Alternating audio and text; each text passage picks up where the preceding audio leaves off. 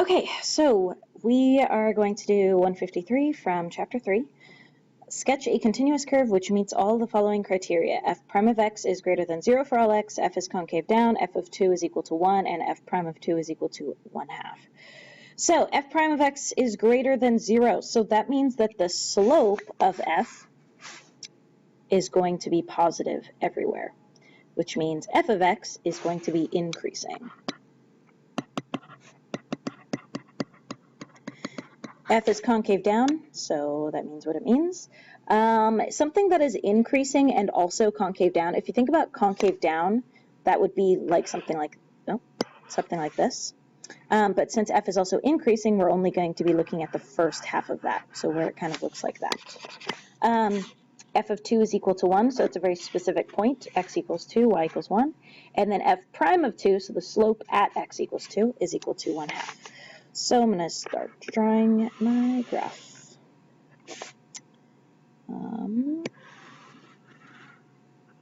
So f of 2 is equal to 1. And the slope at 2 is 1/2. So it's going to be something kind of like this right there. And it says that f is concave down and increasing, so that means that your slope is going to have to be doing something like this. And this is just a sketch, and it's going to be still going up, but it can't be going any steeper than this because then that would be concave up.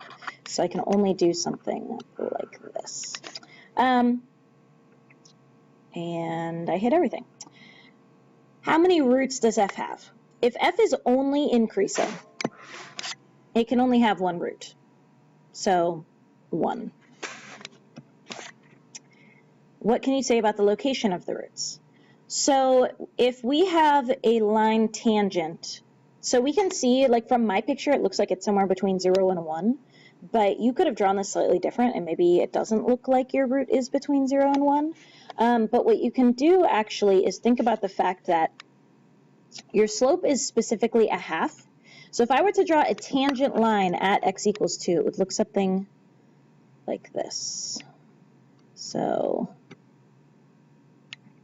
down 1, backwards 2, up 1, forwards 2. So there's my slope of the tangent, or that's my tangent line really, because the slope is 1/2, so I just went up 1 over 2 and down 1 over 2.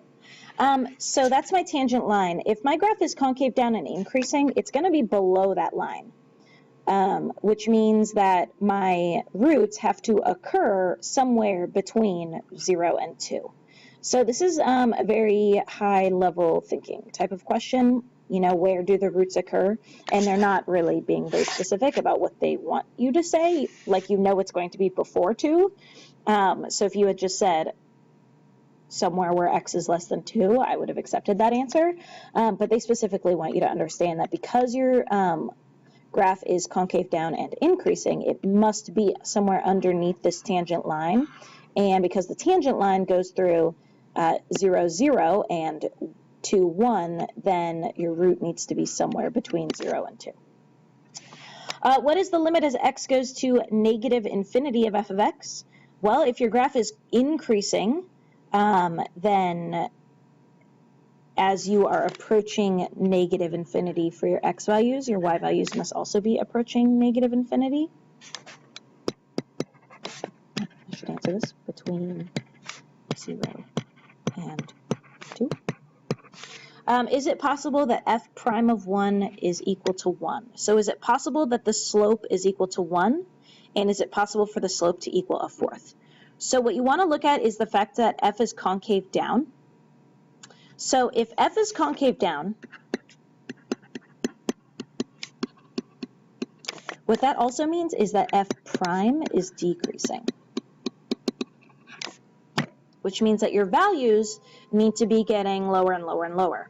So if you have f prime of 2 is equal to 1/2, before 2, at 1, you would have to have a slope that's greater than 1/2 for f prime to be decreasing.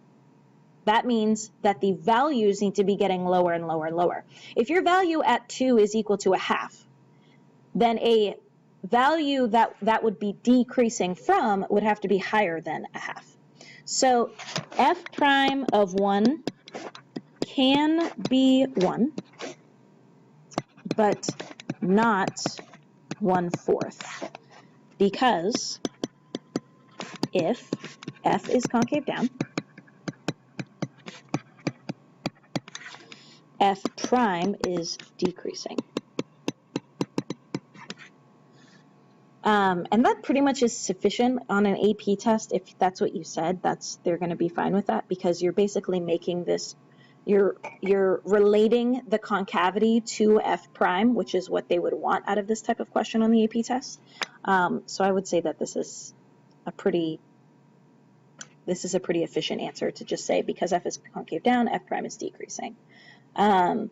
If you want to explain further than that, you can say if f prime is decreasing, then f prime of 1 must be a greater number than 1/2, which is kind of what I just explained, and that would be an even further explanation.